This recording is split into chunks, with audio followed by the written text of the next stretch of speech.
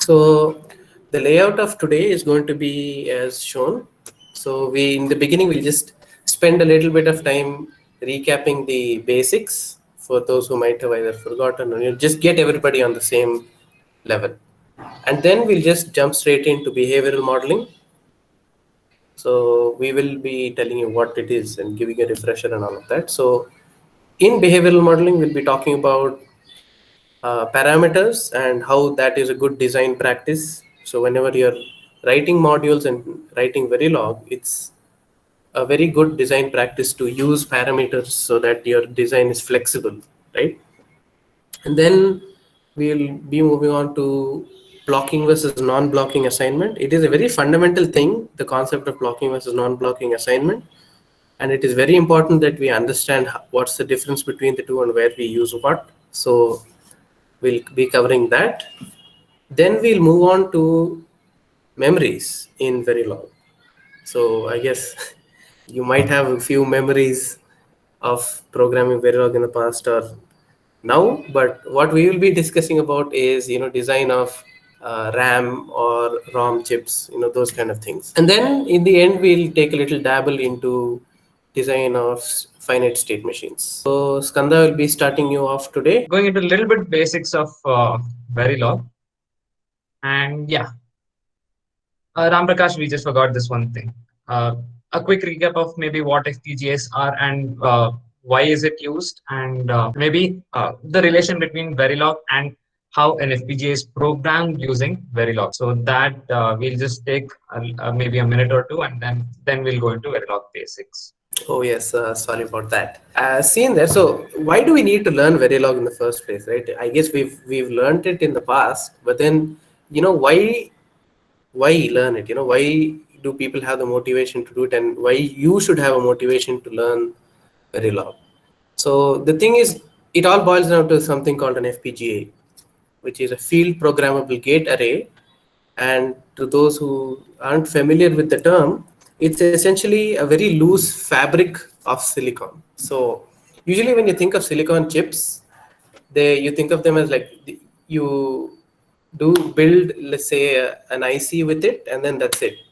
You can't change it. So the special thing about FPGAs is it's a loose fabric. So you can mold it to whatever you want, and then you can change it. So it is programmable. So that is what gives real power to an FPGA and an FPGA designer. So one of the prime areas where FPGAs are being used right now are as data accelerators. So they are very good at doing things that are parallel in nature. So data transfers are one of the things that can be done in parallel. So people like Amazon and Google and Intel at their data centers have accelerators that help the processor deal with moving tons of data around. Then one more really cool thing that FPGAs are being used in is deep learning. So accelerating deep learning, frameworks, and of course design prototyping.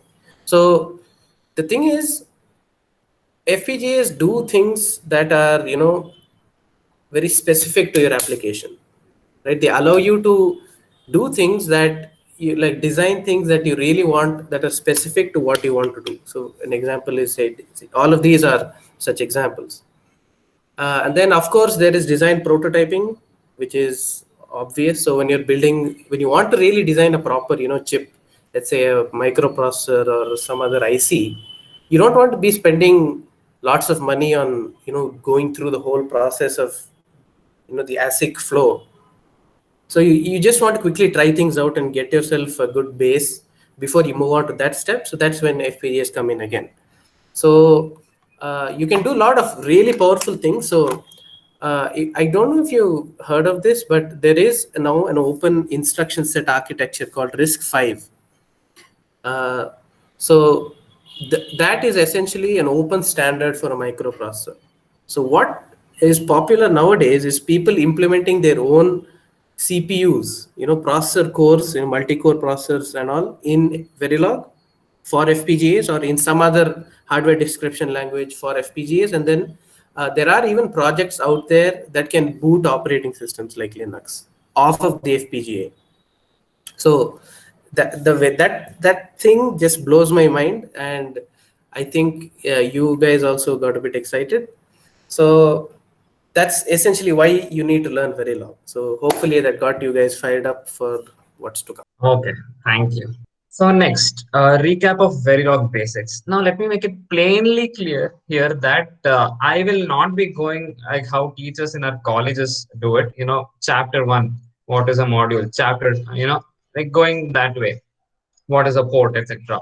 So what we'll be doing is just getting to know what Verilog is and jumping straight into it by building our first module. All right, because this is essentially a Verilog workshop and not a classroom theory class.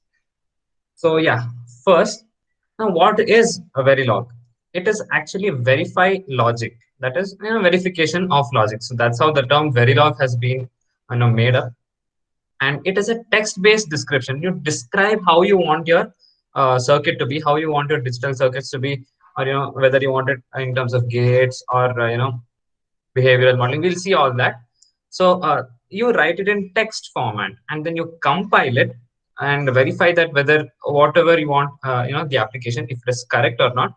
And then you simulate it. That is, you pass some stimulus into it. You externally, essentially prod it, or tell it, give me the output. So if it gives you correctly, then your design is perfectly correct. You've synthesized it perfectly. If not, you've got to reiterate the whole process. So that's how Verilog works. And yeah, chapter two, let's dive into it. That's it.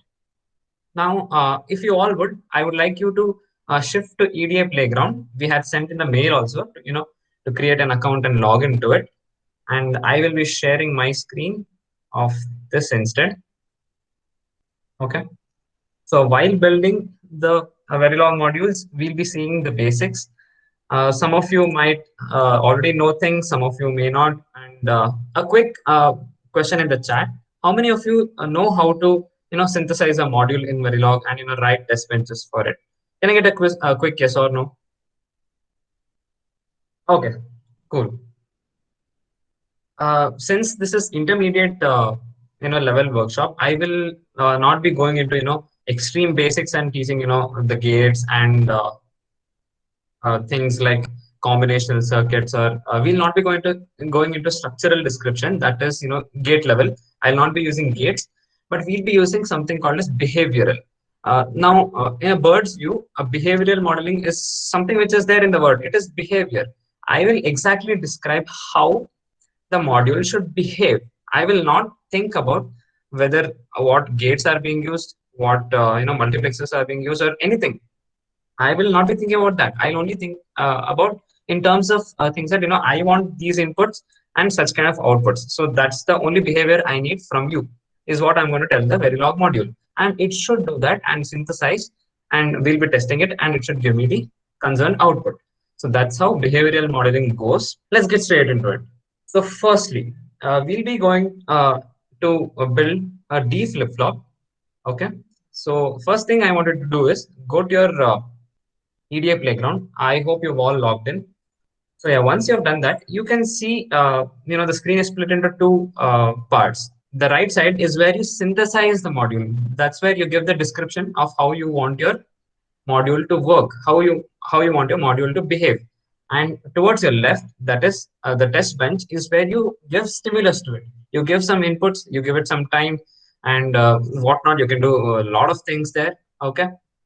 So once you do that, you compile them together. That is, we wire up the test bench module. That is, its things to the design. We wire up, we give stimulus, we give inputs, and check the output. So that is the procedure which we follow here. And yeah, let's build. So firstly, I wanted to write the keyword, that is module. So it is a module. It is something called as a black box actually, where anything I write inside these parentheses are called as ports, and only these will interact with the external environment, that is outside world. Anything I write here, let's say I write A, B, C, anything. Okay. So these are called as ports. I can define them as input ports or output ports. That is up to me. Okay. And yeah, that's how it will be. So initially I have to name the module. I'll name it D flip flop. and I wanted to work. Okay, let's just name it D flip flop. All right, I'll open the parenthesis and give a semicolon, and yeah. Now inside, you can either do it in a single line or in separate lines. That is totally up to you. I would prefer you do it in separate lines so that we can see things clearly. Okay, so that is one thing. A D flip flop, I hope you know how it works. We have an input that is usually it's called as D and an output that is Q. So whenever at some event that is hopefully a clear or a clock signal, it should latch onto the flip flop and give me the output when required. So that's the function of flip flop. Okay, so let's begin. I need a few things that is Q. Okay, and something called as Q bar, which you already know that is the indication of that. And I would need an input enable that is IEN, and I would also need clock, obviously, clear signal. Okay, and yeah, the D. So these are the things which I would need. Okay, so this is my definition. Now all I need to do is define the ports for it and know what is what. Let's get into uh, yeah, as Ram Prakash said, we'll be going to build this using something called as parameters. So it's a good design practice because if you share this code with somebody else and it increases the readability and they can change things easily when they want to. So that is the only motivation behind it. So parameter is a keyword which you have to use. Parameter, that will be the keyword, and you can define any name. You can give any name here. That is, I'll give it data width, and I'll equate it to, let's say, 1. So currently my flip flop is a 1-bit flip flop, so I'll name it that way. Okay, and then my input will be data width -1 down to 0. That will be B. Okay, and I also have inputs such as input enable. Input enable essentially whenever you enable the signal, only then the input goes into the flip flop. So that is one thing. And clock is another input. Clear is another input, right? And the final two things are output. We have to define a reg here, so output reg for the Q, because we'll be putting it into the always block, and it will be data width -1 down to 0 again, and it is Q, and the last one will be output Q bar. Okay, so until here, I hope everybody is clear. Now all we have to do is we have defined all the parameters and what is input and what is outputs. Now all we have to do is define how the D flip flop works, and then we are done. So that's always block, and always block will repeat itself until we stop it, and whatever goes into it is called a sensitivity list, where anything whatever I give here inside these parentheses, whenever that changes, this block always block gets executed. So that's how it works. So I'll give something called as posits, that is positive edge of the clock. Okay, so whenever a clock's positive edge is encountered, always block gets executed. Or I also want it to depend on clear signal. So whenever I clear it, the flip flop should be cleared. And finally, an input enable. Just a second.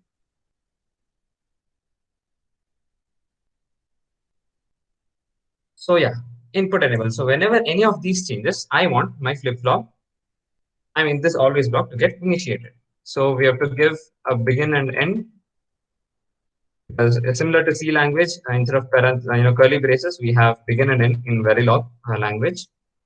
And now what should my flip flop do? So let's say if clear signal is high, I can either give it this way, or if I don't do anything also, it still works, because it will check if it is true. If it is true, then it will execute whatever is below it, else it will go to the else part. So if clear is high, what exactly should happen to my flip-flop? You should get the value 0 because the output should get clear, because that is what clear means. Else, what should happen? I should still check if my input enable is enabled or not. Only if input enable is high, that is, if it takes the value 1, then what should my output get? The value of input, that is D. Is there anything else we are mixing out? Uh, yeah, one final thing is what we're missing. I think I clear. Yeah, end. And only thing left out is I have to give uh, the value of q bar, which will never change because whatever is the value of q, it will take the opposite value of that. So that is q bar. Okay. And only thing I need to do is end module, which will end the module. So that's it. We are done with our D flip-flop module. Okay. Now, if you just run it, it is not enough because it doesn't know what is the input and what is the output, whether we are giving an input or not. So we don't know any of that. Okay. So what we have to do is give test bench to it. So a test bench starts in a similar way. It is also a Verilog file. Okay. Yeah. Before that, anybody has any queries until now? Anything you didn't understand? Please put it in the chat box at any time you want. I will keep looking into chat box also. Any questions until now?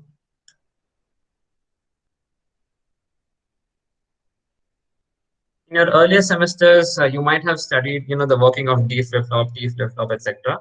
So we are just going with D here, and I would encourage you to, take up other flip-flops, even JK flip-flop, etc.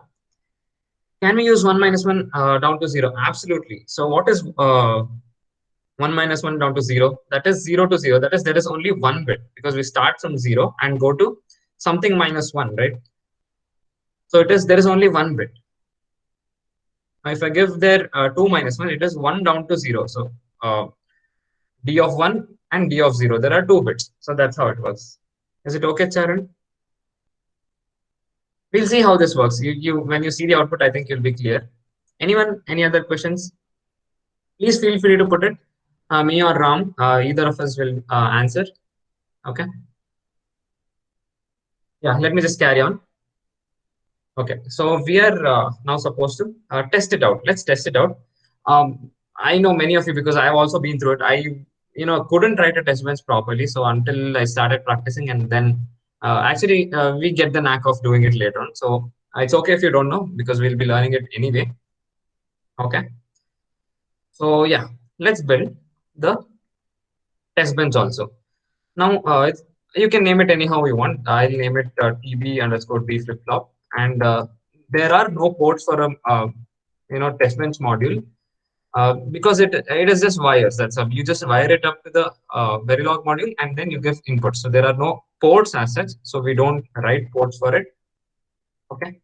Now comes the very important part. Now I'll again define a parameter here, and I'll name it let's say W equal to. I'll give it 4. Okay. So W is essentially width again. Note that I've given data width equal to 1 in my design model, but W equal to 4 here. I'll tell you the difference and how things work. So we'll see everything.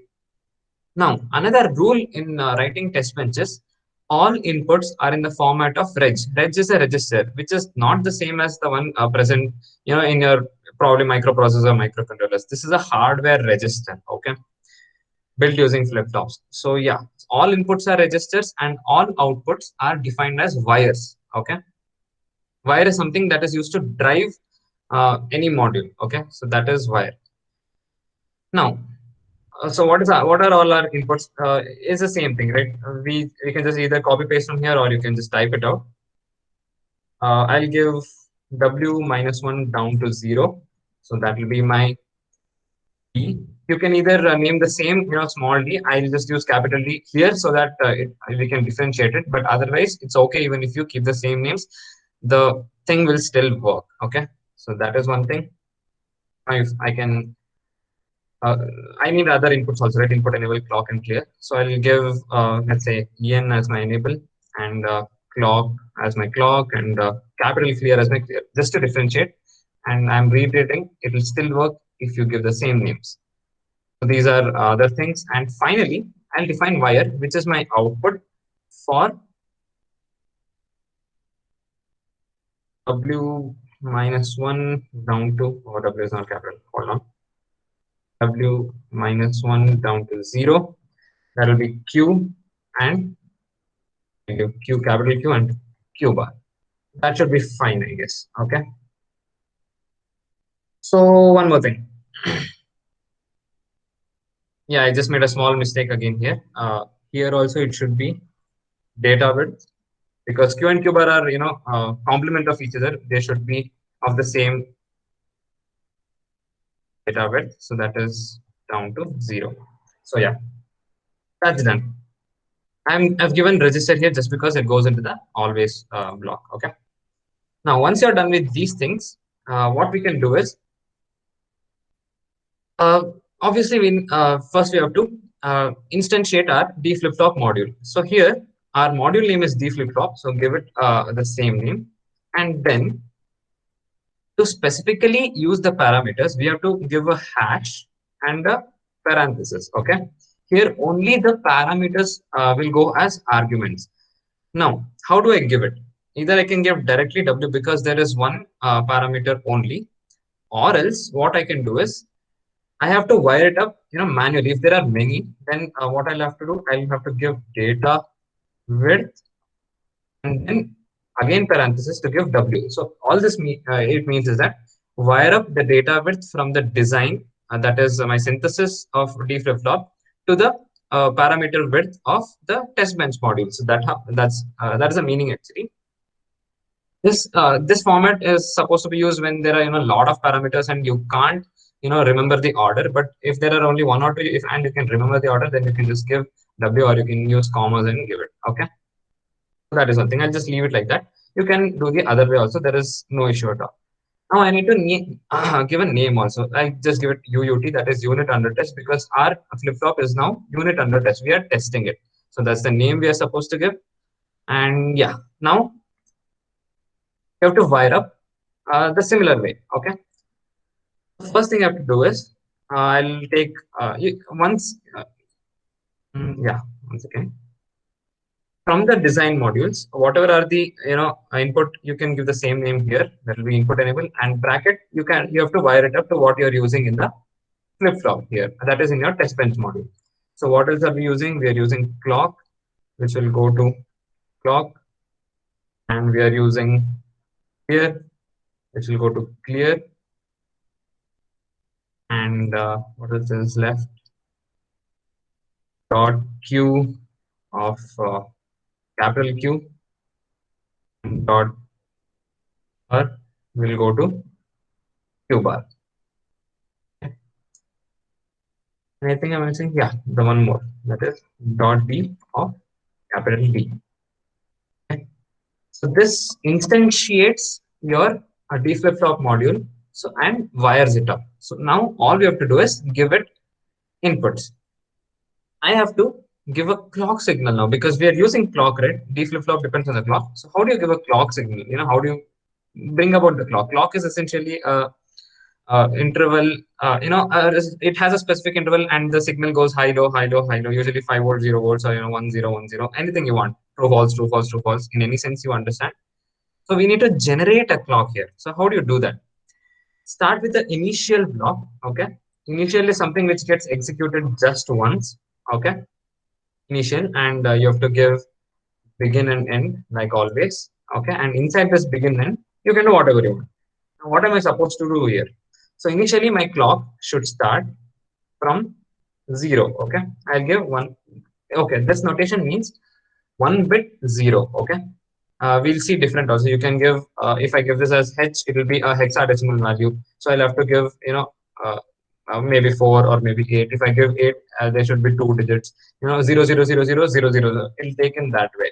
Okay. If I give AA, it will be like 1 0 1 0 1 0 1 0. If I give, FF, it will be 1 1 1 1 1 1 1 1. So that's how it takes 8 bits, and that's how it will go. You have to read it that way. So here it's a clock signal, so it will be 1 bit and a 0. So that's how I start this.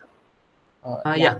Yeah. Before just going on, can you actually explain that hash W part? Like, I didn't actually get it. Oh, yeah, What's sure, what sure. you? Yeah. Yeah, that is, specifically using the parameters. Okay. So in case I want to do this way, a hash thing and parameter parenthesis inside that only the parameters go. Okay, I can have multiple parameters, maybe data width or maybe some other parameters, and there might be some 10 parameters also. So I have to give inside that so that parameter to parameter and those variables wire up with each other. Okay. Okay, cool. So hash is like a predefined symbol used for parameters, like where you Yeah, yeah, can. yeah. Okay. Correct. Huh. Anybody who didn't get what is initial part? Initial is something which just gets executed once, and I just need my clock signal to be zero for the beginning, and then I wanted to oscillate between 1 and 0. So for that, if I need something to happen always, I'll use an always keyword, and then I'll again use the begin and an end, and inside it comes the most important part. Now, the syntax for this is I have to give a delay. That is, let me take I don't know 5 units of time. Okay, and then what happens to clock? Clock will get the value of not clock. That is, if it was zero, it will become one after 5 units of time. If it was one, the moment it becomes one, this loop keeps repeating. Okay, so zero becomes one becomes zero. So that's how we generate the clock. Okay, so that was one thing. And yeah, in test benches, all initial and always blocks start at the same time. They get executed at the same time, and that's why we go use different blocks.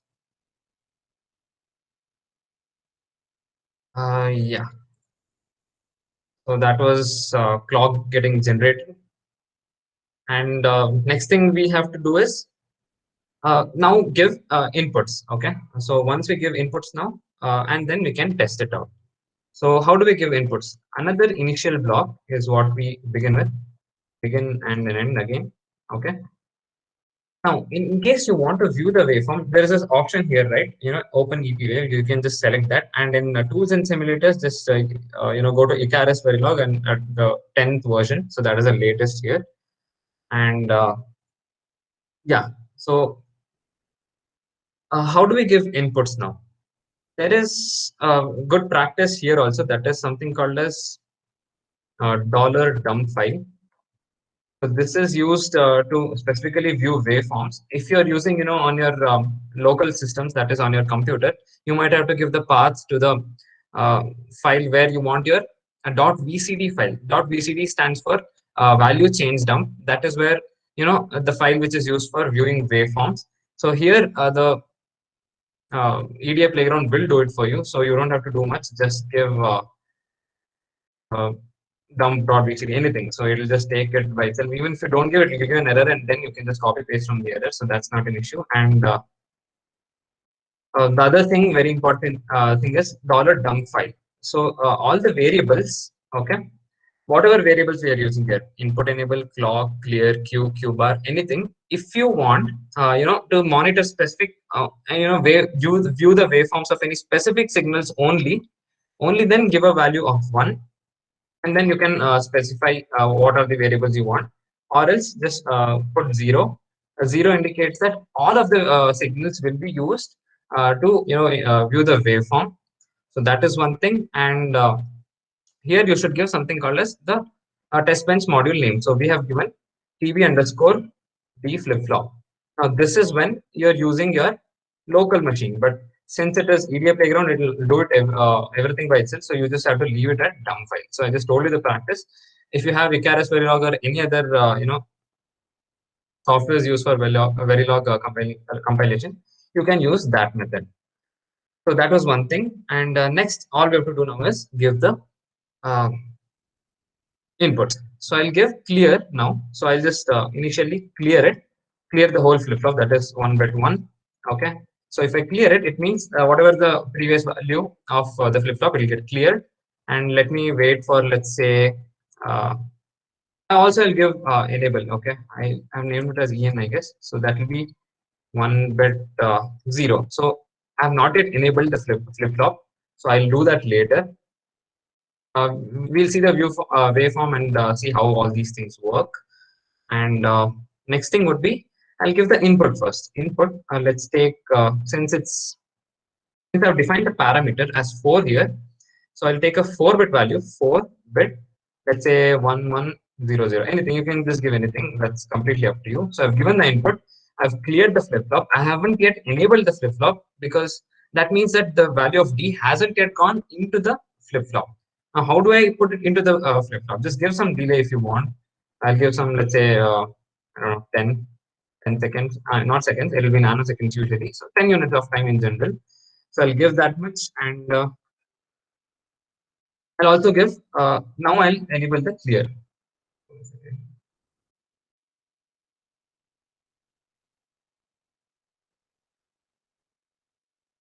Okay. Yeah. And yeah, I forgot to tell one thing. We can use the D flip-flop module as a flip-flop of any width actually. That's why we define the parameter. I can give 8 bits or even 16 bits. So it's a good design practice, so that if somebody else takes this Verilog module from you, this .v file, if they take from you and they want to change it according to their usage or their application, they can just change the parameter and then use the same code. They don't have to write it. So that is the major reason why we use parameters usually.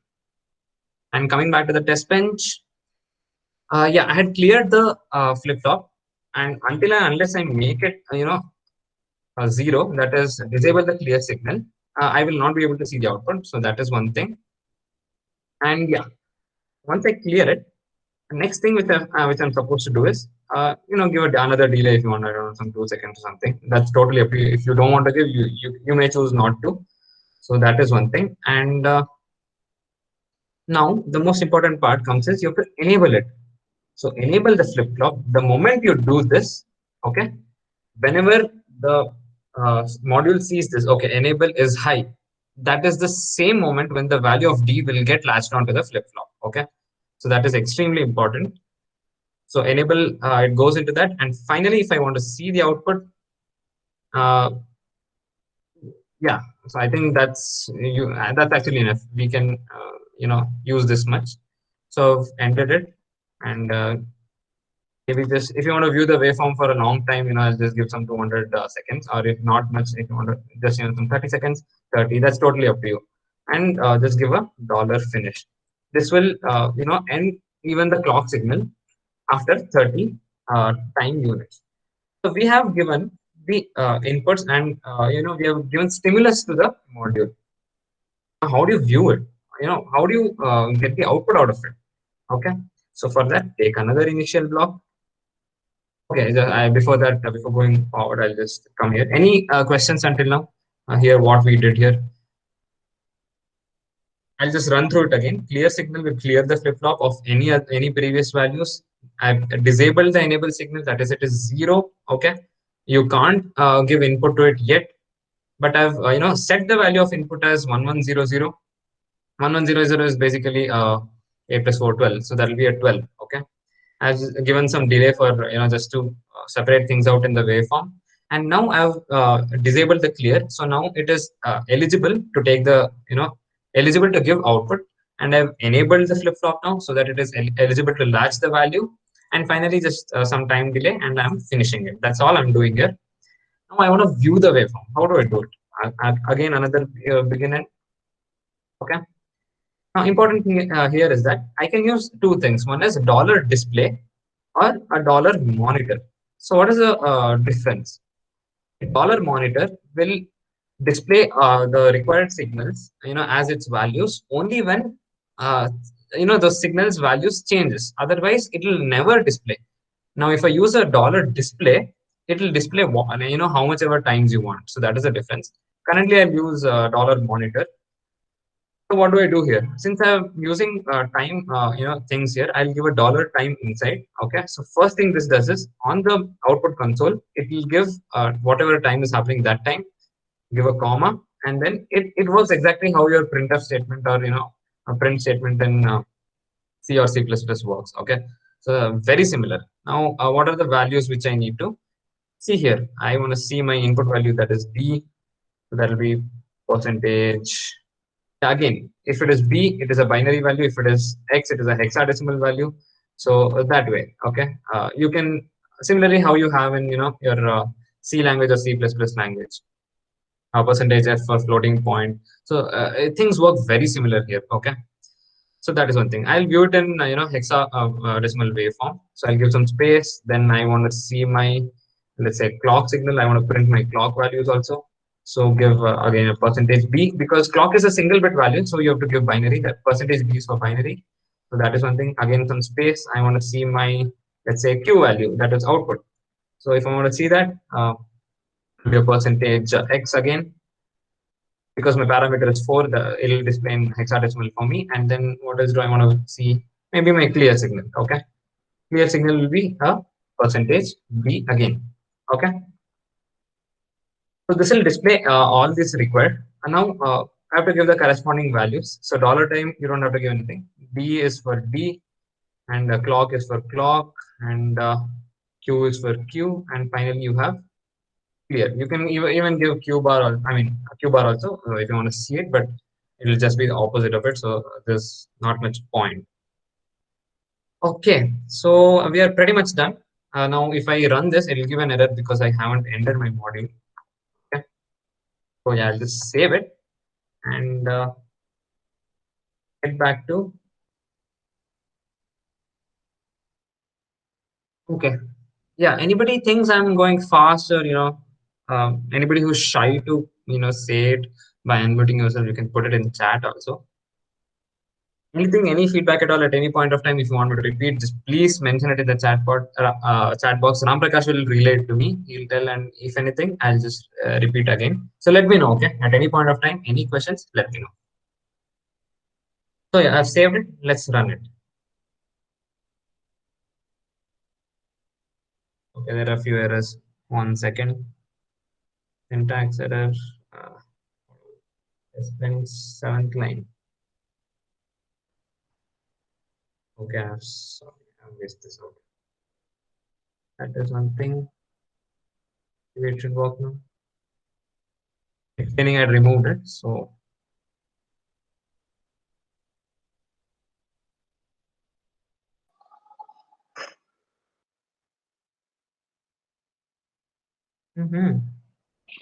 Q bar, you should close the bracket.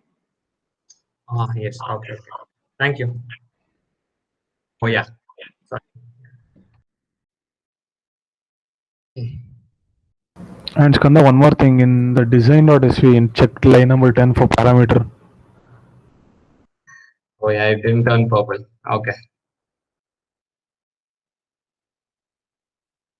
One more. I think after D there are 3 closed brackets. Three. It should be only 2. That's my mistake. Sorry. These things happen. Make sure you don't do it. Num file number sound like given it. Num.bcd. Oh, it's somewhere. Okay, that's work. Yep. So yeah, first we can also see the output on the console here also. Okay. You see, initially, okay, we can give some time here, space here, and just give some.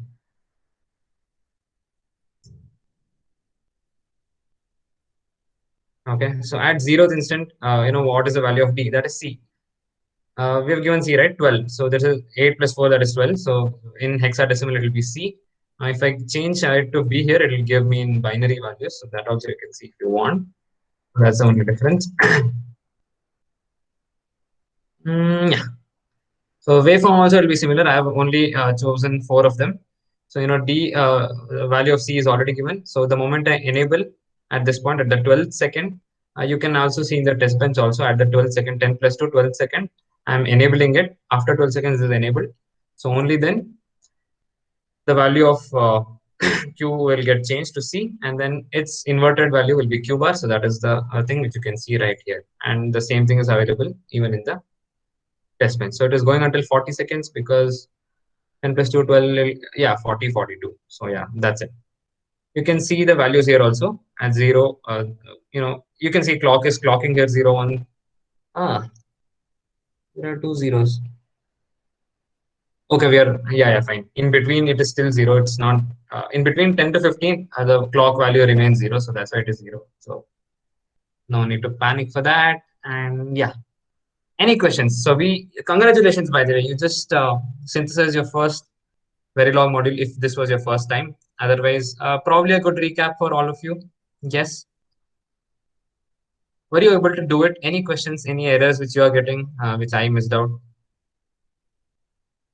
So yeah, basically the takeaway from this is the use of the parameter. So you can actually play around with it a little now if you want for a few minutes, like a minute or so, change it Oh, 5, yes. 6, 7, 8, whatever, and it'll all just work out. And yeah, adding on to that, I had forgotten. You can also, remove this. Maybe just comment it out like this. Hash and so it will just get commented out. And wherever you can see, these parameter thingy, you can just do that also. Yeah. Just do it by yourself. I would recommend you to do that. And what that does is, so when it doesn't see the parameter width, that is w equal to 4, it will take the default value from the synthesis module, that is equal to 1. So in case I don't want, to change the parameter, I'll just comment it out, or maybe change it, or maybe put it back to 1. You can do anything. In case you wanted 4 or 8 or 16 or 100, you can keep it 100 also. But yeah, if you don't want it, just comment those parts out wherever you see w. Remove this part, or maybe you can just remove it, not an issue, or comment that part, anything, just remove that, and then you can run the simulation again. So what it will do is it will take default value of 1. That is what we have defined in the synthesis .v file, design.sv file. So there, so that value will be taken, and corresponding output will be given. I have just one more thing to say, about blocking and non-blocking assignments. We'll, play around with numbers there also and see how things work. And so what I'll do is I'll just remove all of this unless you are done. This is not required, nor is this required. Now what we are doing here is, wait a second. Yeah.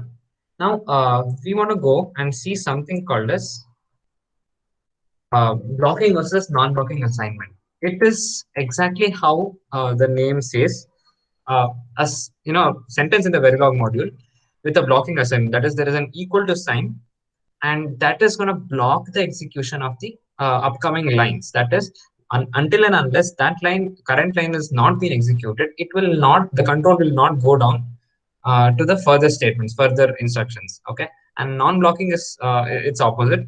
Uh, in that initial block or always block, whatever is given, everything together will be executed. All of the statements will together be executed. We are gonna, do this once quickly and see how that works, and then we will move forward with the rest of the things. So how do you do that? We don't need a Verilog module for this actually, because we just need to view the waveforms or see the output. So I'll just use the test pen. So write a module. I'll just name it as test.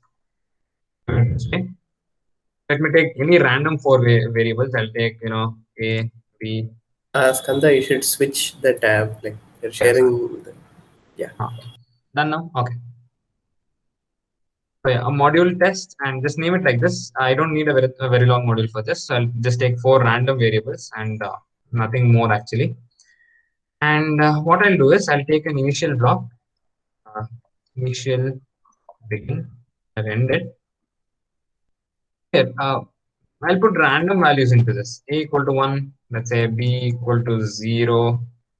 I'll put probably C equal to B, and then B equal to, okay, 1. So let's see what happens here. I've just done this, and I'll take another initial block. That's two. If you want, you can synthesize this, or run this, or you can just choose to watch me do it. Anything. I'll just monitor this also. I want to see what happens here. Yeah, A equal to percentage B. I'll just copy this part.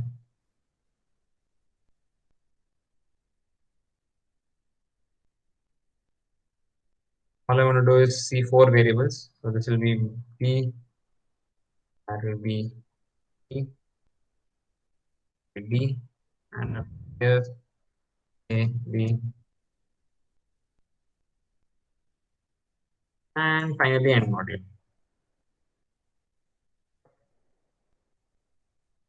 Now, if I run this, I should be getting. Okay, 1 second. I just I'll probably just disable. disable it. Yeah, Uh, yeah. I'll just disable that. Let me just run it. Now, as you can see you got the 4 values like how I have given it. So once A equal to 1 is executed, then only B gets 0, then C equal to 0, and then D equal to 1. C gets 0 because B is 0. Okay. Now I'll change the equal to sign into less than or equal to. This is the symbol for non-blocking assignments. That is, the statement A equal to A gets the value of 1 will not stop the execution of B getting 0 or C getting the value of B. I'll just save this and let's see what happens actually. We can just play around with things here. I'll just run this. There's something magical happening here. You see, A got the value of 1, B got the value of 0, as we have mentioned it. But C is getting the value of X. X is not defined, values, you can't determine what that is. And D is 1. Now, why exactly that happens is, at time t equal to 0, all of the 4 statements gets executed at the same time. So when A, B, and D get the value of 1, 0, 1 respectively, C doesn't know what is the value of B because it is at time 0 and there is a clash whether B gets 0 or the whatever it was previously, maybe in unknown state.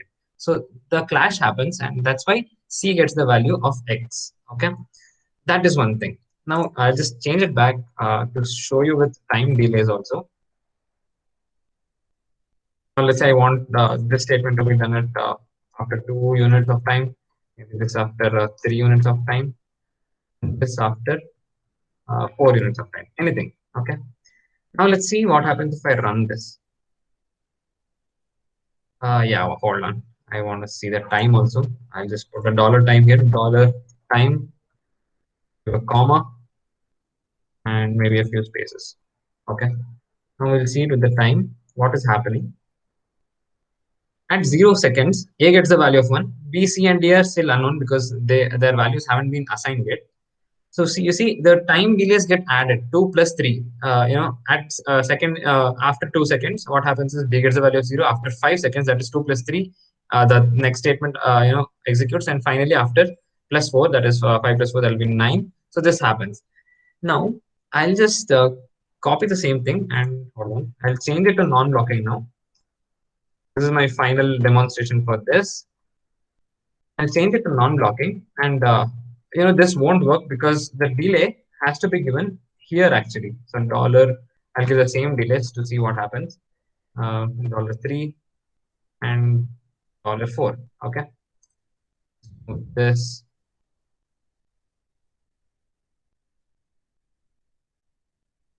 Now let's see what happens. Don't forget, don't worry about the indentation. That's not an issue. Now here, what actually happens is, at the same time, the assignment operation happens, but it will wait for 2 seconds and then pushes the value into B. We can see that. I just run this. You see, at 0, A gets the value of 1, B, C, D are unknown. And then after 2 seconds, B gets the value of 0 and C and D are still unknown. The delays are not getting added. All the statement gets executed once, but the delay is on the right hand side, which will make sure that after so many seconds, so mentioned seconds, it will go and sit in the values of A, B, and C and D. Now, last thing, I'll just change this to 1 to see what happens. B is after all the 3 other statements. A, B, C gets assigned values, and then I've written the value of D. But let's see what happens and who gets the value first. Yeah, see. Let's save it. Yeah, it should run now. Hopefully you can see, at 0, A gets the value of 1, which is obvious. And after 1 second, even though D statement is at the last, it still gets the value first, before B and D. B and C. So that is all about blocking and non-blocking. Essentially, blocking will block the execution of rest of the statements before it is executed, and non-blocking does not do it. And its applications are many, and it's totally upon your usage. So you can use it wisely when and how and when you want. And yeah, so that's where I end my part. Ram Prakash, over to you. I hope there are no questions. If there are any, please put it in the chat box. We'd love to answer them. All right. So another small thing about the assignments, non-blocking and blocking, it is a very bad practice to use both blocking and non-blocking at the same time together.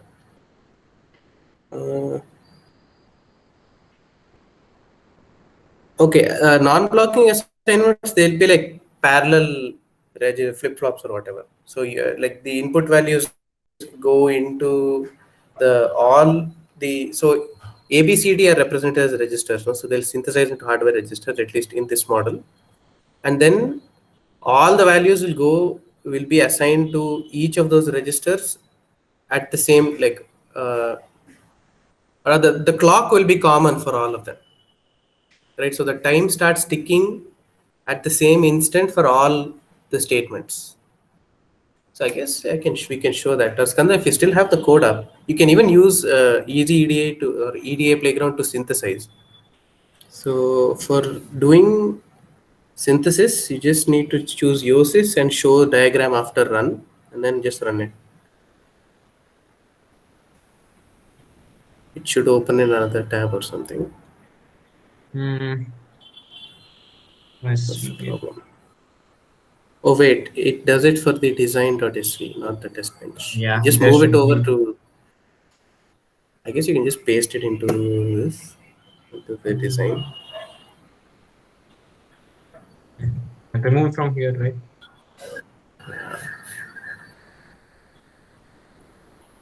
Let's see if that works.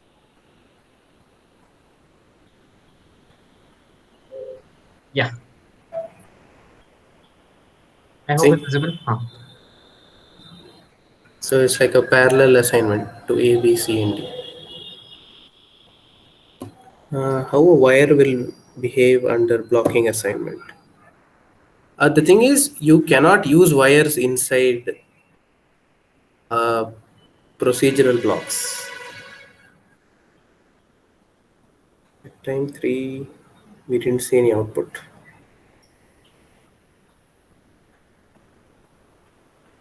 Wait, can you show that again? At time 3, we didn't see any output. Why? Also, the delay had been given. Okay, 1 second.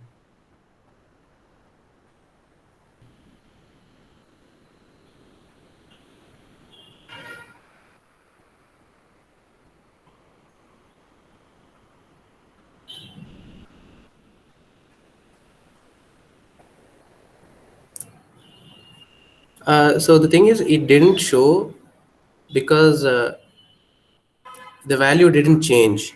$monitor will print out values only when the values inside change. So in the beginning, C was X and C never changed from X, so it didn't print it. That's all. I'll give probably 1. See, now it will print because C changed from X to 1. See? So that's the thing with $monitor. It's like a printf that prints the values only when inputs are changing. And then I guess, we can just change that reg ABCD to wire and see what happens. Okay.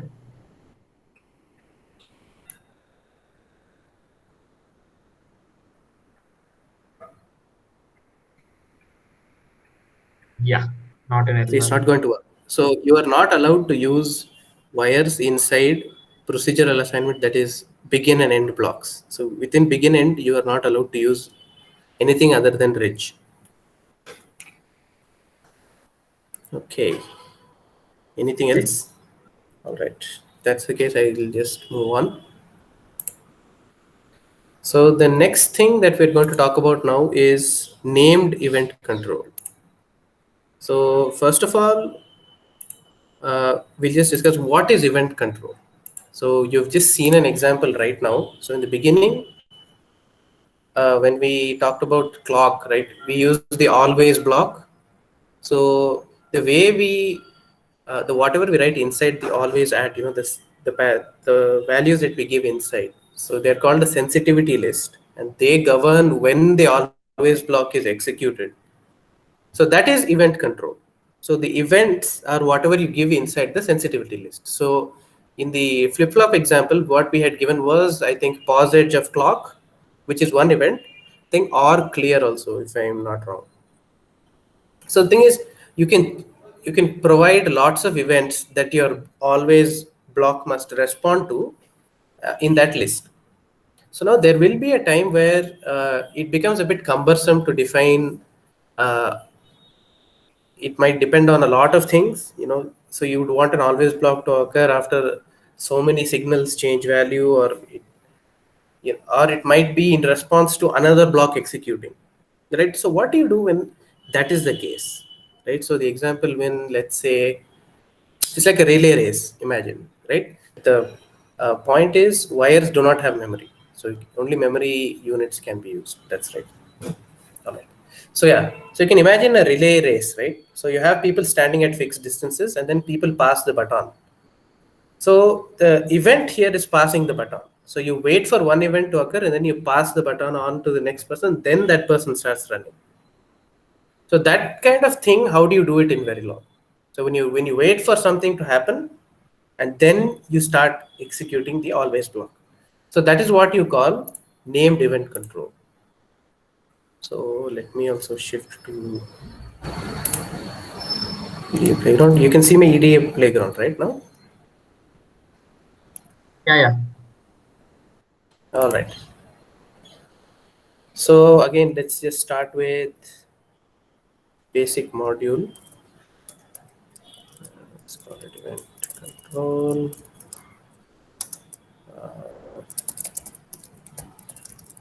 Inputs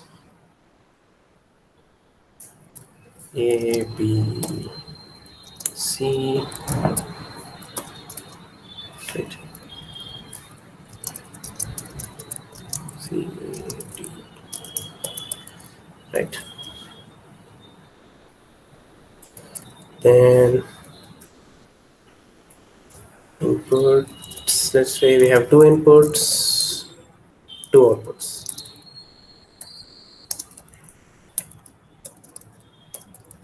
Right. So to define what I'm trying to say, so there is this keyword in Verilog called event, and that is used to define your named event. So you can give it a name. So I'm just going to call it trigger, or let's just call it pattern to stick to the relay race example. So any event that you want to use, you must define it this way using the event keyword. So I guess let's just define a normal always block that say depends on the value of B.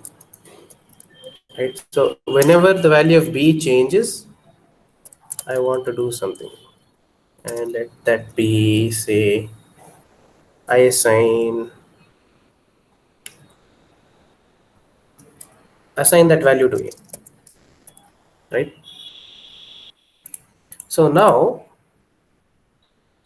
this is where I'm going to bring the event into picture. So I'd say I want this to happen only when this event happens. So this is the other syntax. So you use this little arrow notation to tell when the event, or what should happen when the event happens, or rather, sorry, I got mixed up. So this is what triggers the event.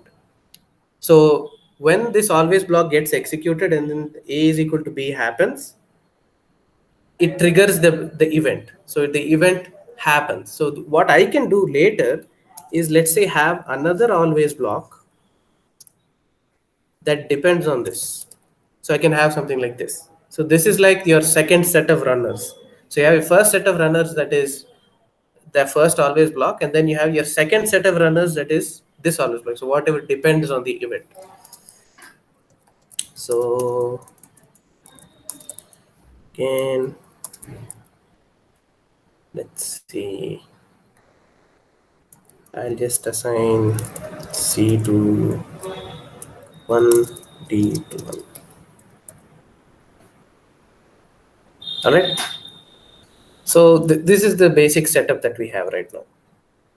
So what should happen technically is whenever the value of B changes, it should trigger that event. Then whenever that happens, C and D should get assigned to 1. So how many of you are with me till here?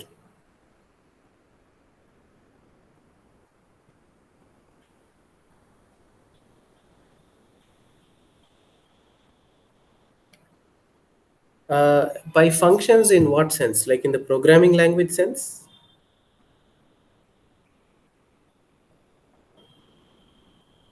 No, they aren't functions because they don't have any functionality, right? They don't do anything. They are just used as a medium for other things to react to. Essentially, it's like I said in the race example, you can even think of it as the gun firing before the start of the race. So that is an event, and the runners react to that event.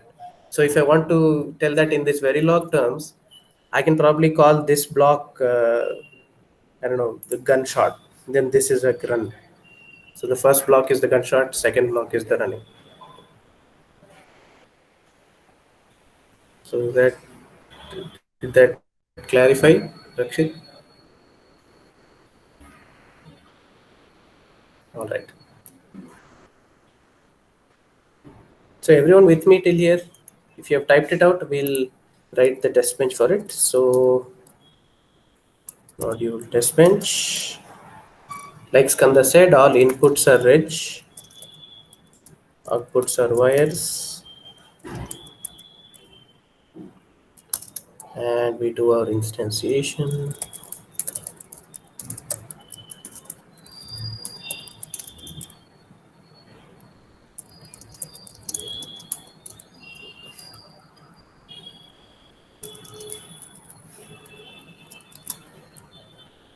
And then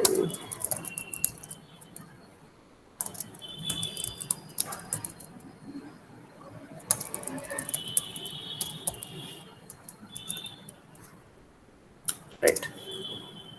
So all I'm going to do is this, right? So now I want you guys to try and read that test bench and try to guess what is going to happen.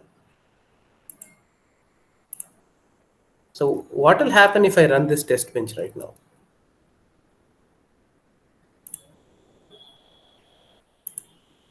The first always block will be triggered always at B, and that will trigger the next always block. That's right. So in the end, when I print out all the values, what should I get? All ones. Okay, $1 monitors. Then what should I get?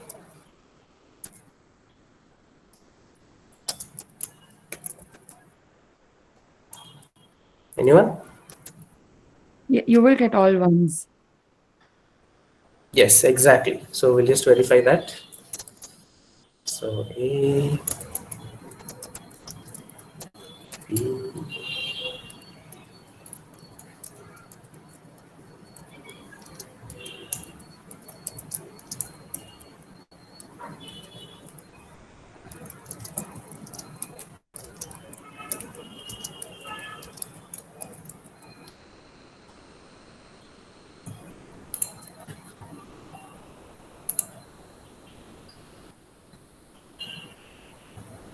what's the problem?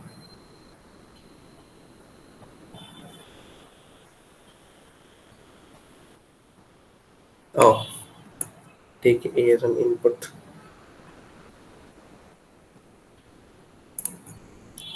Okay, output.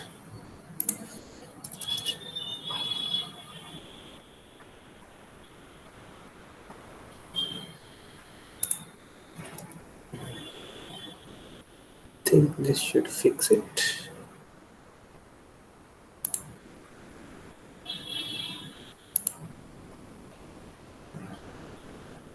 What's the problem?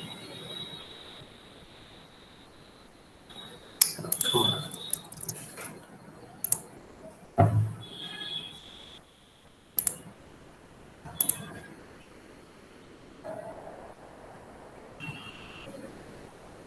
What?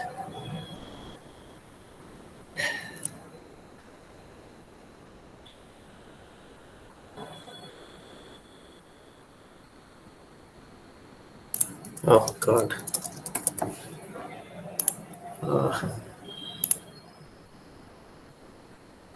Right.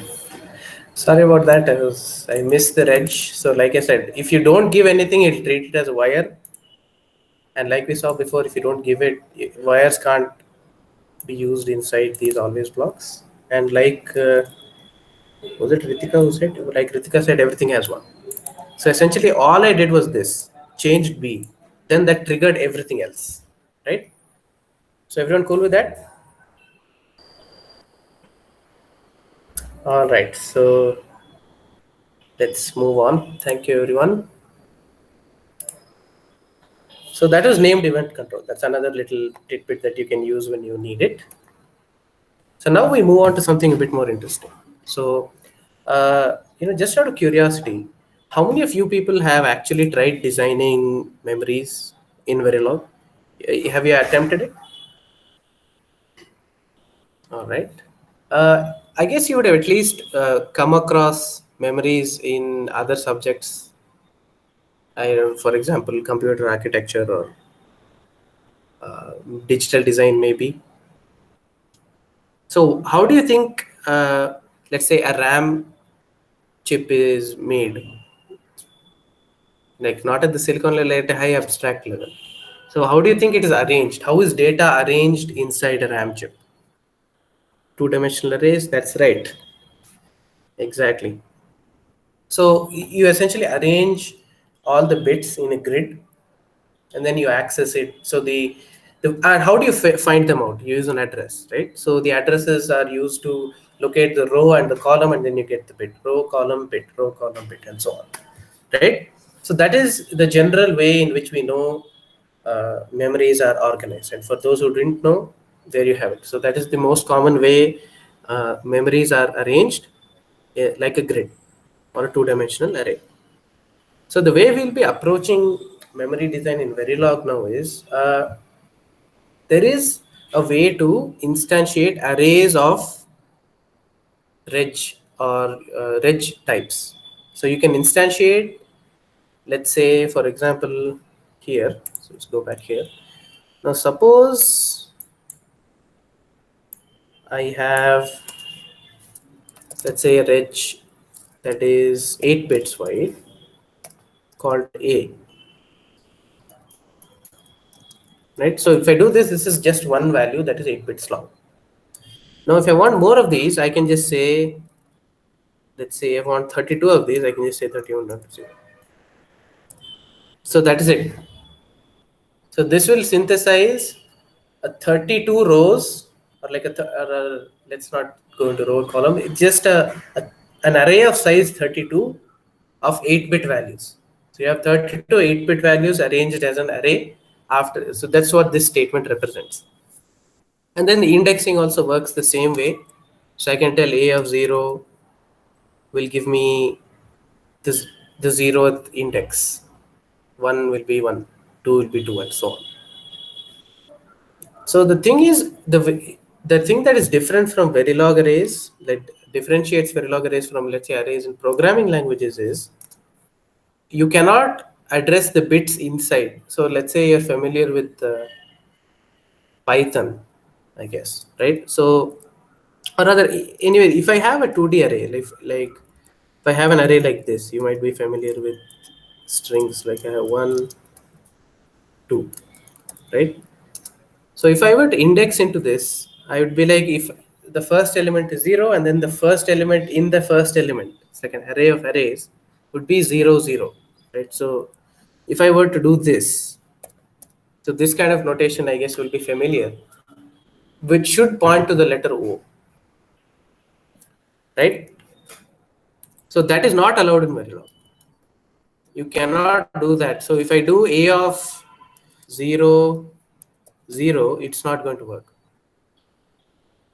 So that is not allowed in Verilog. So you can just access the whole value at a time. So if you want to do this kind of sub-accessing access within the elements, you can use another reg to take it in. So I can be like reg temp equals a of 0 or a of 25, right?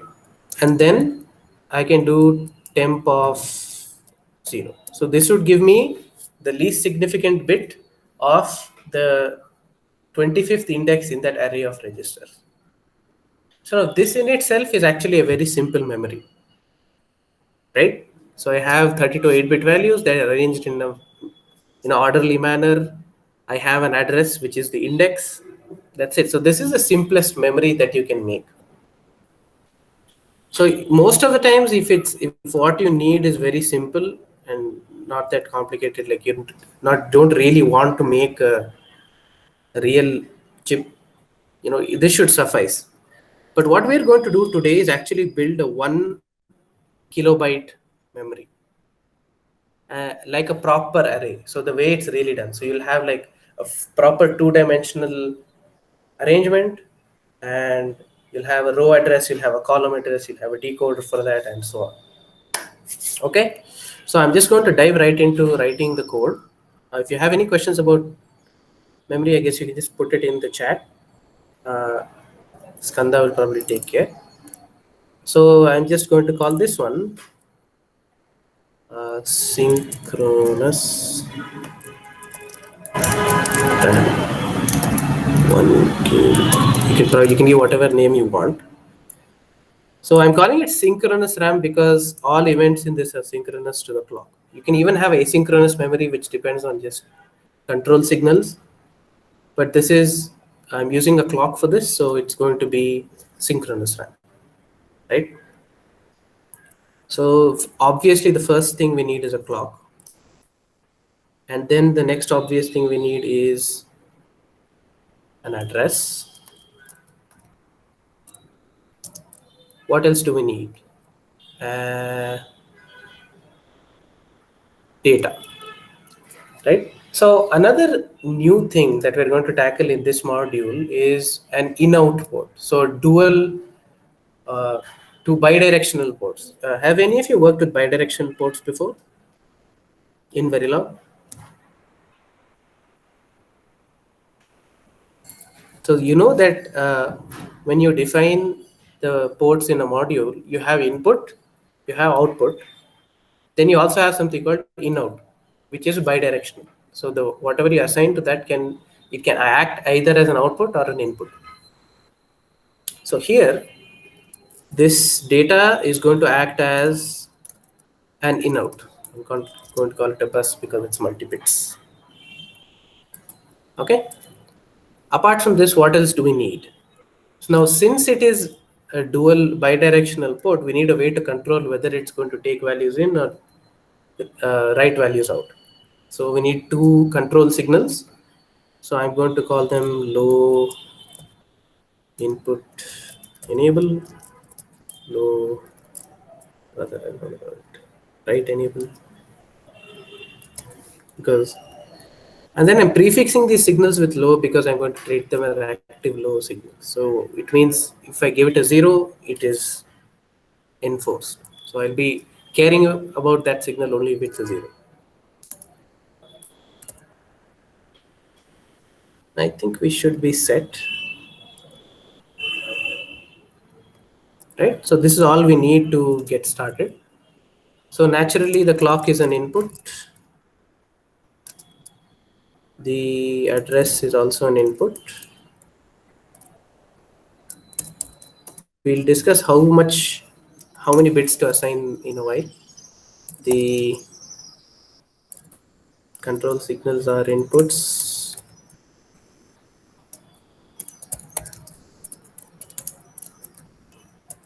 And finally, our data bus is in out.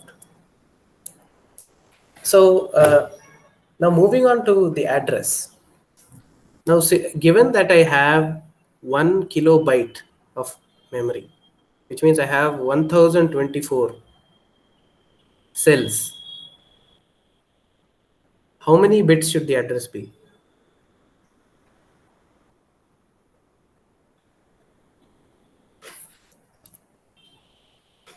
right? So I need a way to uniquely address all these cells.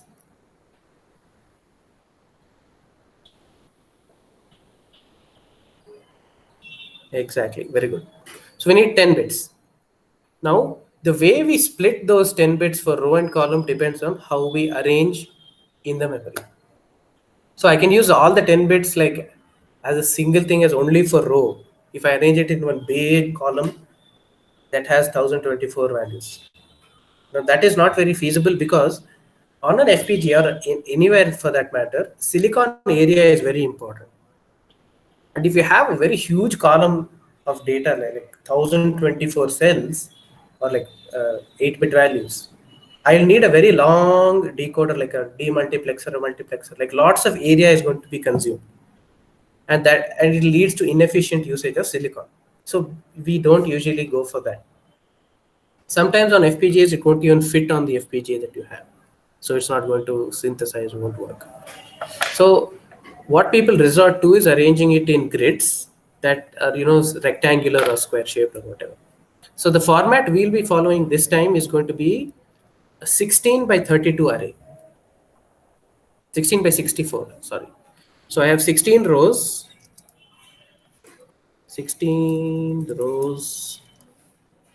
64 columns.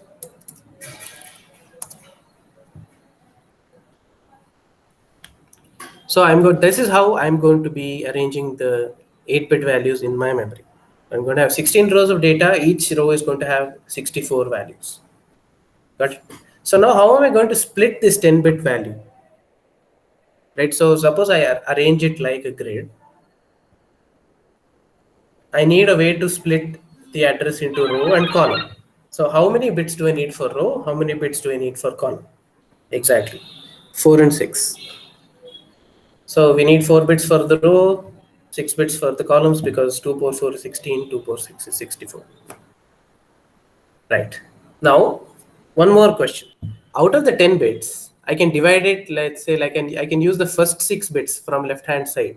Like from MSB onwards, I can use the 6 bits as the column and then the last, like the LSB least significant 4 bits for row, or the other way around. So what format do you think we use and why do you think it will make a difference? Right? So I have the 10 bits. I can cut it this way or this way. Like I can have 6 10, 6 4 or 4 6. MSB for row, very good. So if you approach it that way, that's the way it is. So if I do column first addressing, it should be columns for the MSB. So if we go for row first addressing, I go for rows for the MSB. Cool. So we can just move on to designing the module now. So like I said, this is going to be 10 bits. The data bus is going to be 8 bits since we have 8-bit data. Right. So now I'm going to define my two addresses, row address and column address. So I'm going to split that 10 bit into 2. So the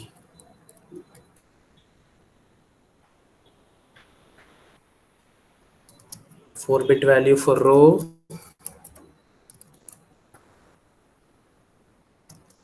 will be the MSBs 9 down to 6. Then the rest will be for the column, which is 5. So again, please write along with me if you want to follow.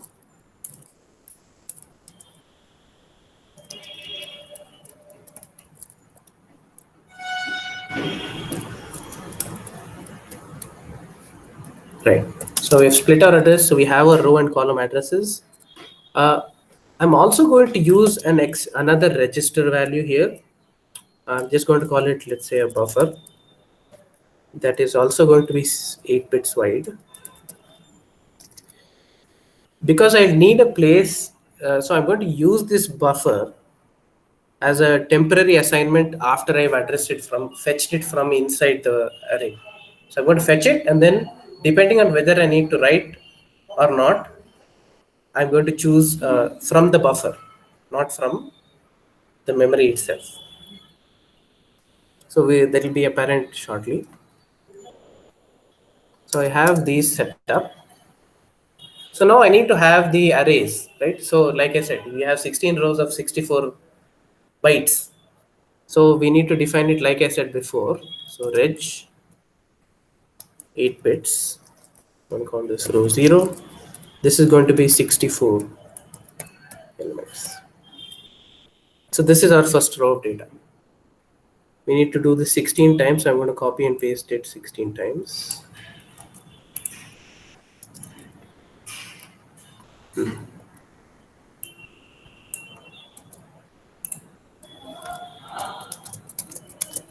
One, two.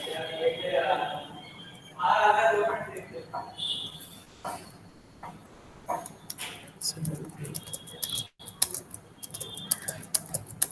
16.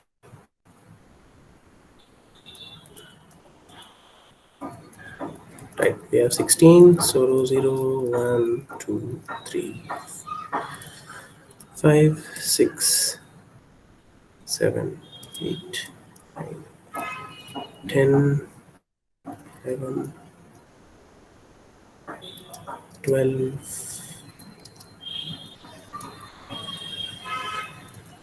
Right. So we have defined our array. So this is our memory array right there. Right. So after that, I'm going to start with my, the behavioral modeling part. So this is our always block. So since it's a synchronous RAM, I react at the positive edge of the clock.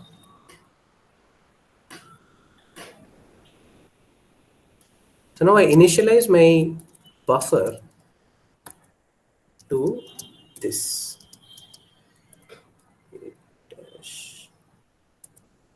So now what do you think this means and why am I doing it? So I've written here 8-HZZ. So it's just an 8-bit value that is full of Z. So what is the meaning of Z? Okay, so Z here stands for high impedance, yes. So why do we need high impedance here? So high impedance is a state, the high impedance logic is used whenever you really want to disconnect something from the other. So the thing is, if I have binary logic and just 0 and 1, when there is a 1 on a line, so I have a pin, suppose I have a pin, if it has a 1, it means current is flowing out. If there is a 0, it means current is flowing in. Now this high impedance state, there is no current flow at all, which means nobody gets anything. The devices are essentially completely cut off from each other. We are using this high impedance state because we are using that the output, we are using a bidirectional port, right? So the data bus port here is bidirectional. So we need to control when we need to output and when we need to take it as input. So when I don't want the output to be there, I shouldn't put it there. Only when I need it, I use it. And that is controlled by our signal here, which is read enable. Okay.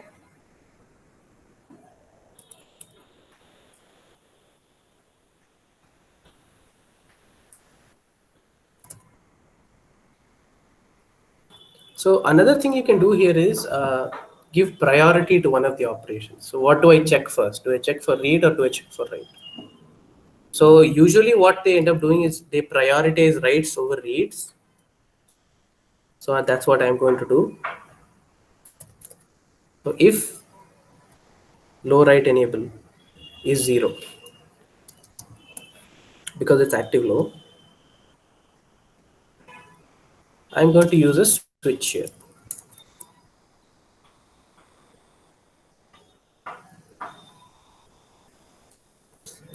Address.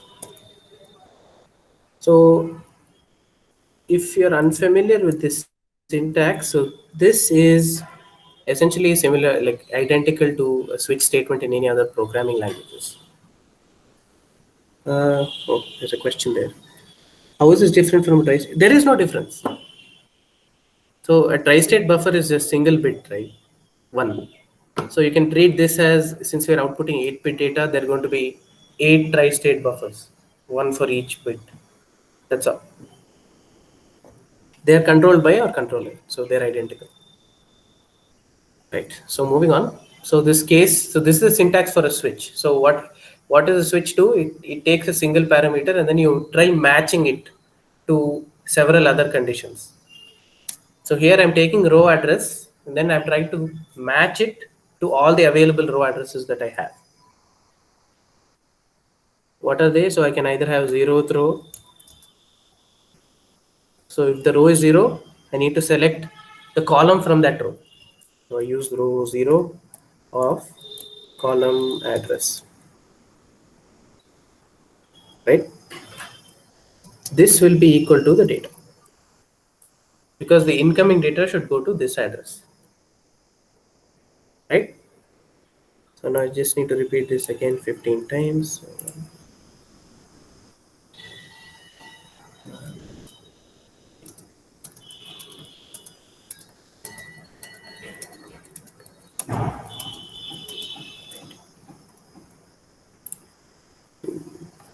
One, two, three, four.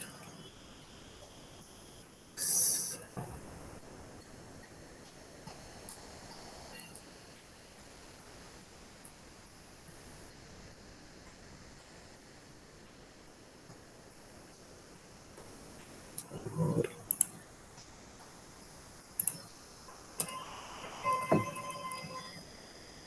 Right.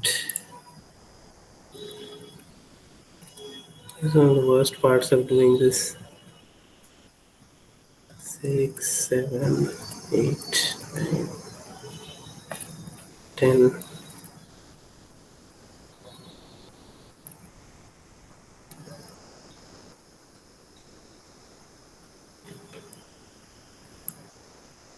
Right, I'll paste this also in the chat so that you guys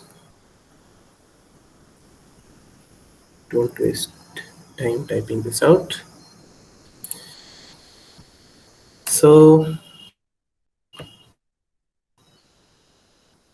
right, so that's it. That's our write operation. So we've written to memory by the end of this. Now, otherwise, what other cases do I have? So it is not write enable. So it is a 1, and I'm trying to read from it. So it,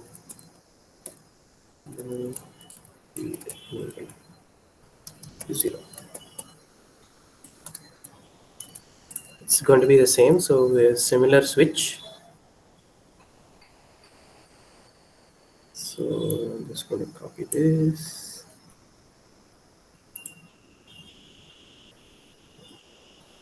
And paste it. So it's same row address. And then in case. But what we're going to do here is assign the value to the buffer now. So we're going to tell the output the buffer takes this value. So this can be removed.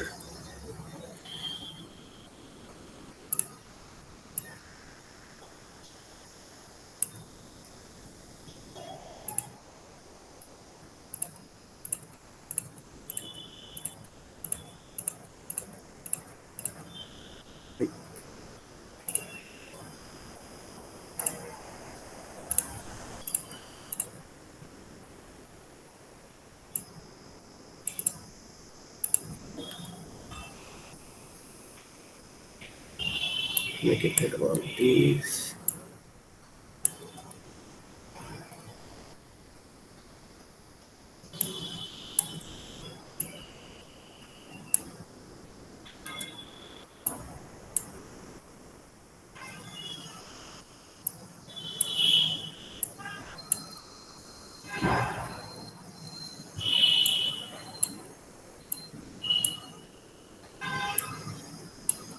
So in the meanwhile, any other questions you have?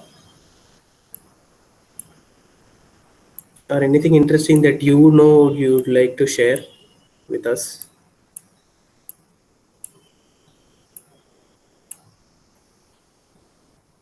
All right. So the thing that remains now, so that's it. That's our always block wrapped up. So one more thing that we need to do now is transfer the data from the buffer to where we actually need it to go, which is the data. So what we do is, again, assign data bus.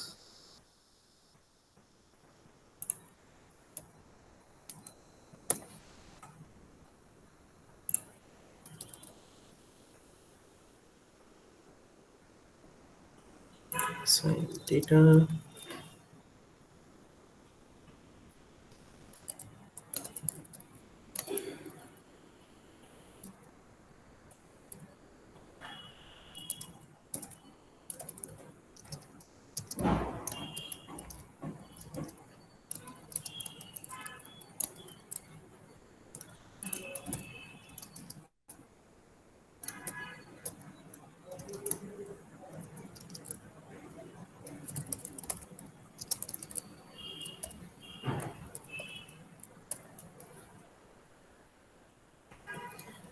All right, so that's it.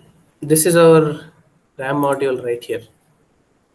So this last statement here just transfers the data from the buffer to the output only when we want it out. Otherwise, it sticks to high impedance and then can be overridden from outside when it's used as an input. So also you should observe that all of these blocks, so the assign statement and this always block start at the same time. So initially the value is going to be Z, and then as you read or write data, it's going to change.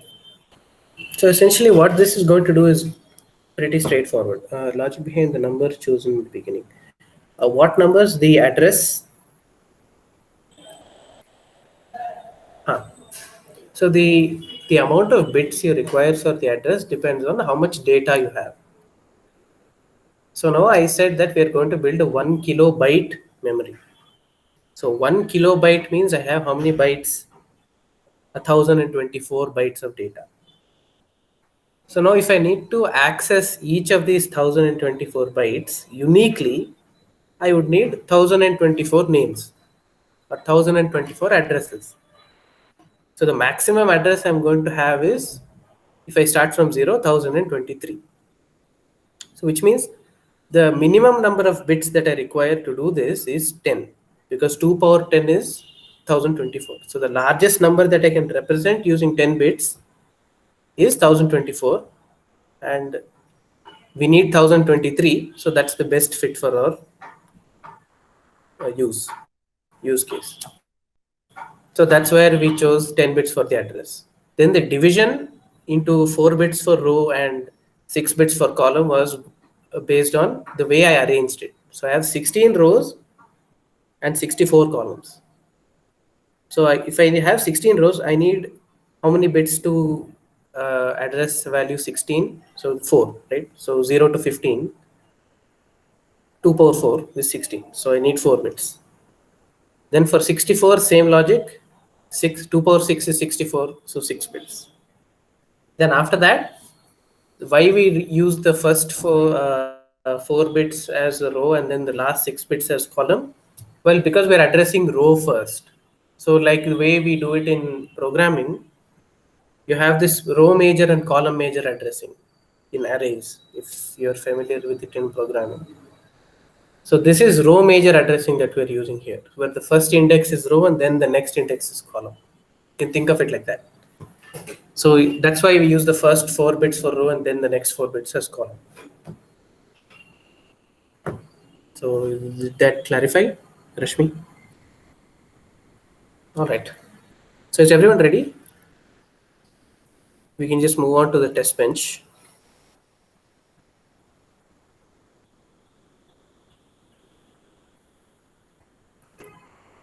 Oh, sure. Oh yeah, by the way, I forgot to ask, is this legible? The font, is it too small? I know it's a bit late to ask, but can you read it?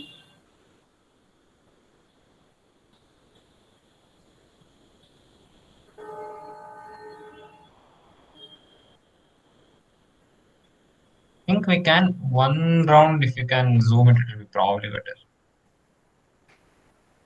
Yeah. Okay, that yeah should be okay now. Yeah. Okay, so once you guys are done writing the code, just let me know. I've also like pasted those long rows of repetitive thing in the chat. You can just take it from there. Once you're done, let me know. We can move on to the test bench. Just do the ordinary stuff here.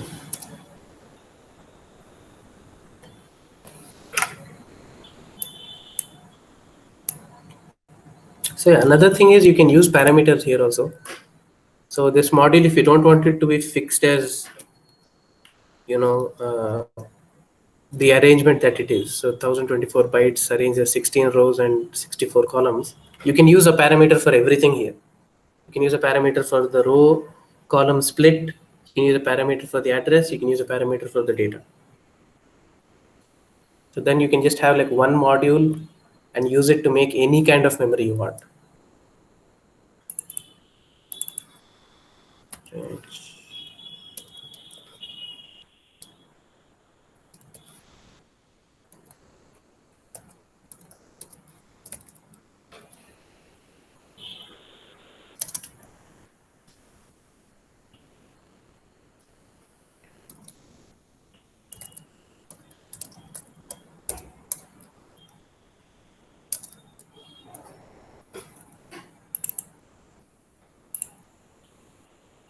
Isn't it possible to use Reg 7.0?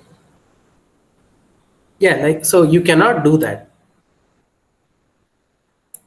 It doesn't allow that double indexing. Verilog doesn't allow that. Or at least as far as I know, I've tried it and it doesn't work. So that's why we use different rows for each one.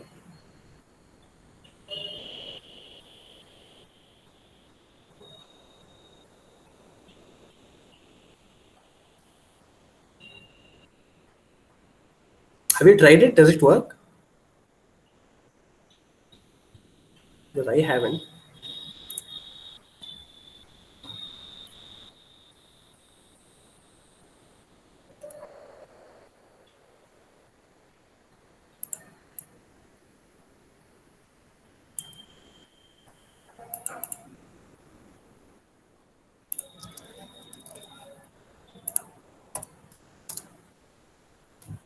Right.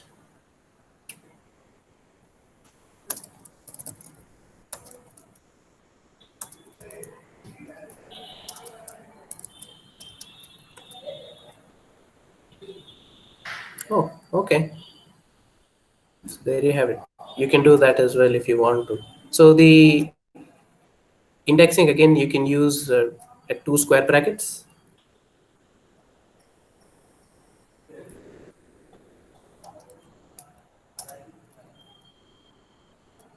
Cool. So there you go. So that's one more new thing for today. You can use that kind of indexing.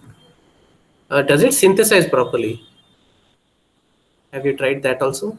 Like, does it give you what you expect?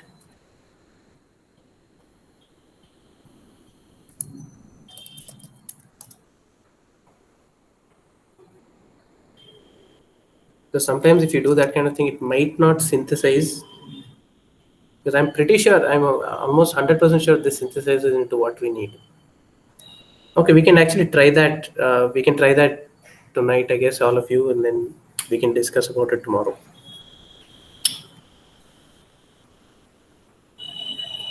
All right, so I'm just going to move on to the test bench now. So clock is 0. So this is going to be most of the stuff are going to be similar to the one we wrote for the flip-flop, because that is also synchronous.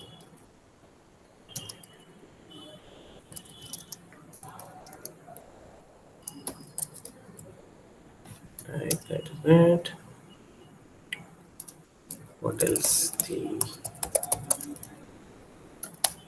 Right.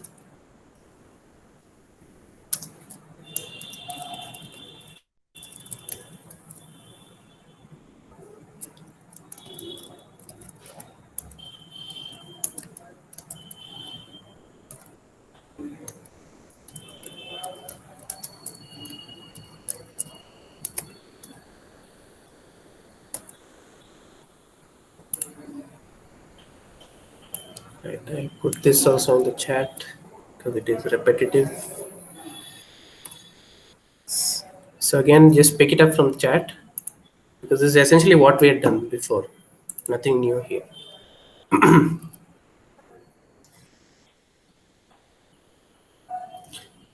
So one thing you'll notice here is I've assigned a wire to the data, which means I'm treating data as an output only.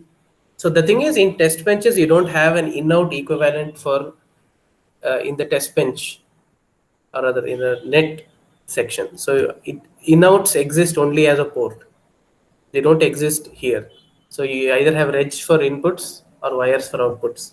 So you have to do a little kind of jugaad to get around it and observe both the inputs and outputs. Because if you try to assign a value to wire, what we encountered before will happen. It will complain that it's an invalid assignment. So the way you work around is you have this extra value like a reg that just represents this data. So I'm going to call this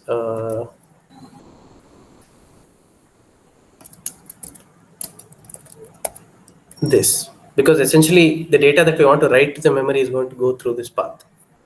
Okay, so we are going to conditionally assign this to our data. So that is allowed. So I can use assign statements on wires, but I can't use them inside these always blocks or like these begin end blocks. So what I'm going to do is the same thing that I did here. So I'm just going to say if I want to write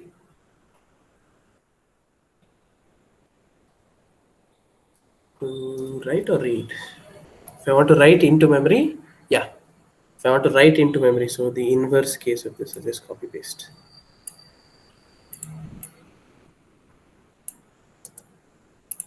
So this is going to be 0. I want to write, don't want to read.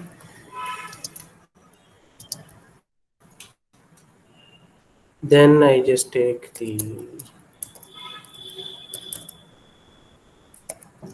otherwise same thing. Also, another thing I missed, this kind of the ternary operator that's here, the question mark colon syntax, is essentially an if else statement. So if this statement evaluates to true, this is the value that gets assigned. Otherwise, this is the value that gets assigned. All right. So this is our workaround. So the jugaad to get the in-out working in a not in a port scenario, right?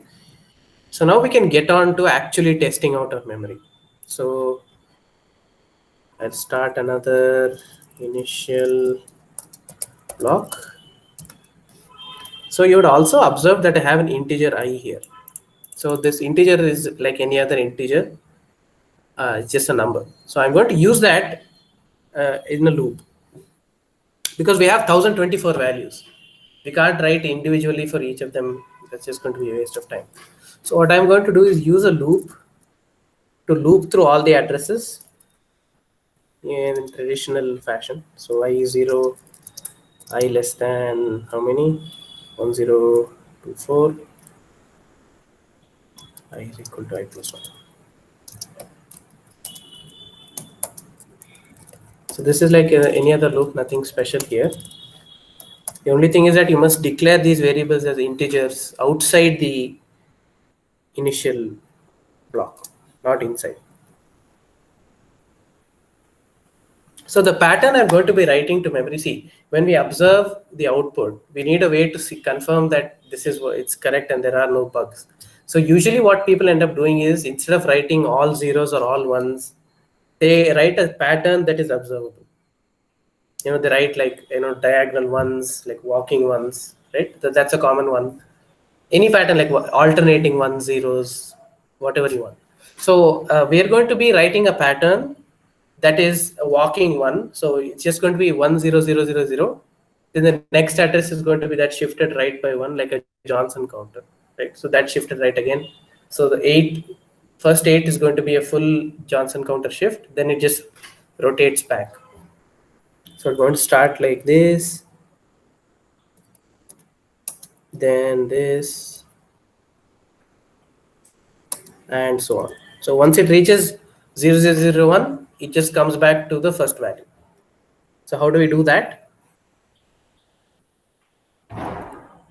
So we just have an if condition here. So this if condition is for the rolling back. So every 8th address, I need to start again from the beginning, right? So if I mod 8 is 0, which is every 8th value, the data that I need to assign to memory must be 1 followed by 7 zeros, which is 80 in hexadecimal. Otherwise, I just shift their value to the right by 1. So data to memory, right shifted by 1.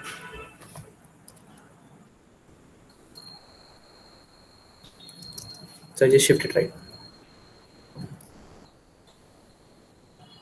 And then of course I need to select the address, and the address itself is the value there. So address is equal to I. And then obviously I need to advance time, right? So I need to, so the thing is, if I don't give a hash some number here, time is not going to advance. The clock is just going to go on forever and then like just end. But the actual time won't advance for the module. So I need to advance time manually. So I just wait for 10 seconds. So like 10 seconds elapse after I set the address. So right, who's all followed along till here and has been writing the code or are writing? Because it's been a long time of me talking.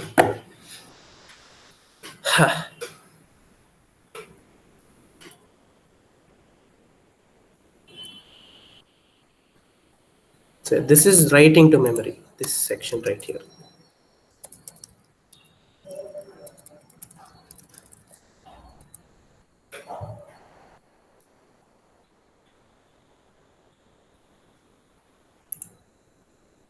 Now, obviously, after writing to memory, the next operation we have to do is read all of this data and verify it's correct. So I just need an identical loop like this.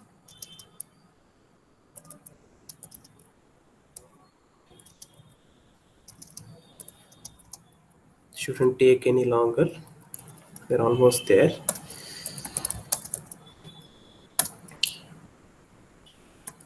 Just choose the address and then wait. So the output will be taken care of. So the thing is, why we use this extra reg here, this data to memory thing to be used here. If I use data directly, it's not going to work. That's it. So that wraps up our test bench. So what we should be observing in the waveforms is going to be the pattern of ones shifting through as addresses shift forward. Right? So one problem with this EDA playground is the waveform viewer is very bad. It sucks. So if I run this simulation right now, you won't be able to zoom in, like view the outputs properly. Like, I guess we'll just give it a shot.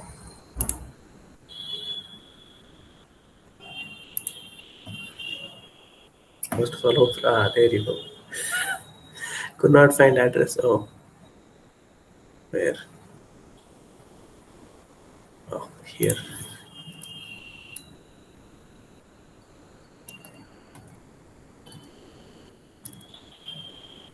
Data is declared as a wire, line 73.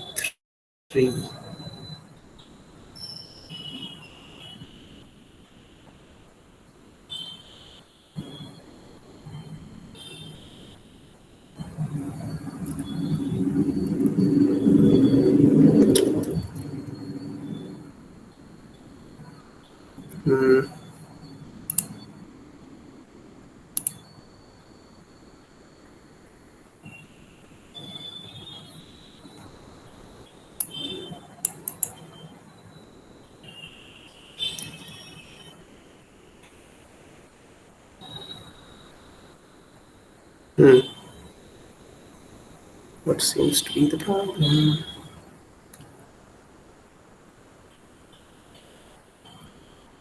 Okay, wait. It should be outside the block. Oh boy. Yeah, it should work. This section was inside the always block, so it is complaining. It should work now. Yes, it does. Oh, wait a second. It's stuck in an infinite loop. Oh, I forgot to give $finish. So it is, hopefully their servers have a timeout.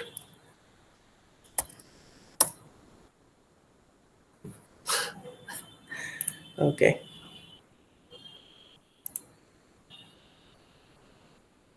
Ah, there you go. Hopefully you can see the waveforms now. I'm just going to add all signals. See the clock and clock, data, address.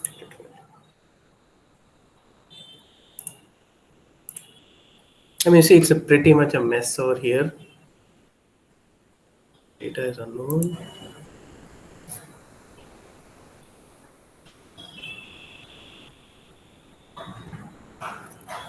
Seems to be the problem.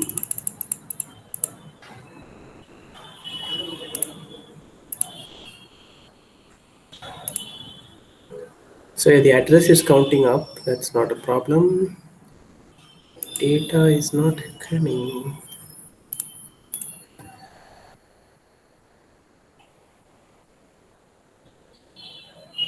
Oh, come on. You have to be kidding me. I never wrote the control signals. Oh, I apologize.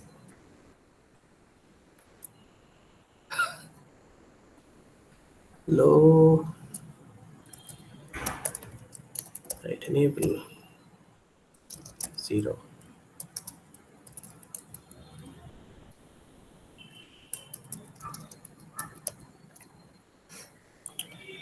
I think that should fix it.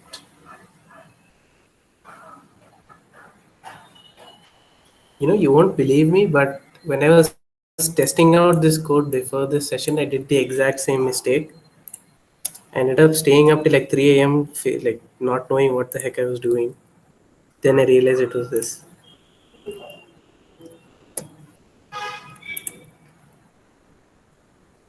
What in the odds?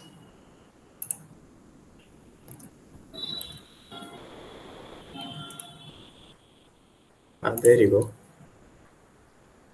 So yeah, you can see this huge mess here. So I'm just going to change this to binary format.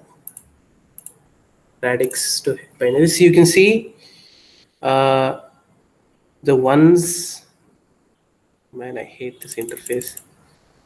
So yeah, it's actually happening. It's not very evident in this scenario because it's removing the leading zeros. Okay, you can see that the number is shrinking here. It's just that all values before it are zeros. Okay. So to give you better perspective, I'll actually run it locally on my system. So the waveform viewer here it gives a much better output. So let's see.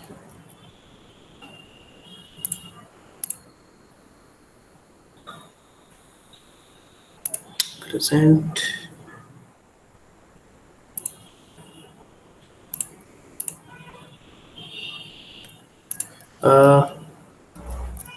Can you see this black screen here?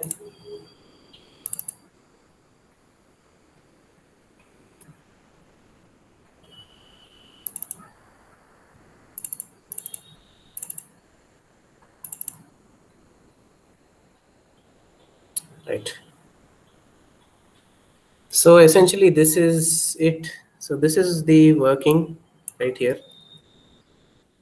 So you can see 100. See, it's shifting right one bit at a time. It transitions from writing to reading at this point. So at this point, it switches over from writing to memory to reading from memory, and you can see the data is identical. So yeah, that's it. So we have come to the end of today's session. Thank you guys for sticking around. We couldn't cover state machines tonight. We'll do it tomorrow. So the second session is tomorrow, 10 a.m. to 12 p.m. Hope to see you there. That's it. So if you have any other questions, you can ask away. The output is still being shared, so you can just tell. If you want me to show a bit more, you can ask me to. So that's it for today. Software, I'm using GTK Wave to view the waveform. So I'm using Linux here. I use Verilog to generate and run the simulation, generate the waveforms, and GTK Wave to view the files. GTK Wave.